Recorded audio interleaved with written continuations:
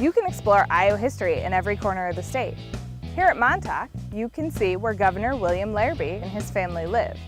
See what they brought back from their world travels, see where they hid their valuables, and see what they raised on their farm. Not to brag, but the view is pretty good too. Not to brag, but an Iowan helped save millions of lives in Belgium and northern France even before he became president. Come learn more about this man at the Herbert Hoover Presidential Library and Museum in West Branch. Our daughter, Peggy Whitson, grew up right here on this farm in Beaconsfield, Iowa. Not to brag about Iowans, but she spent more days in space than any other NASA astronaut.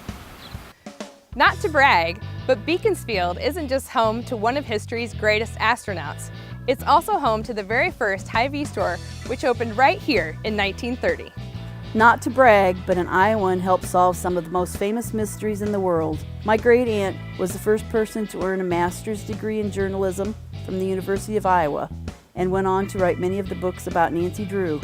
Not to brag, but the Woodbury County Courthouse is one of the finest examples of prairie school style design in the country. Work began in 1916 with over 3,000 laborers, and construction was complete within 18 months. Not to brag, but the Floyd Monument was designated the first National Historic Landmark in 1960. Not to brag, but an Iowan revolutionized American politics. He was George H. Gallup, Jr. He was born in this octagonal home in Jefferson, Iowa.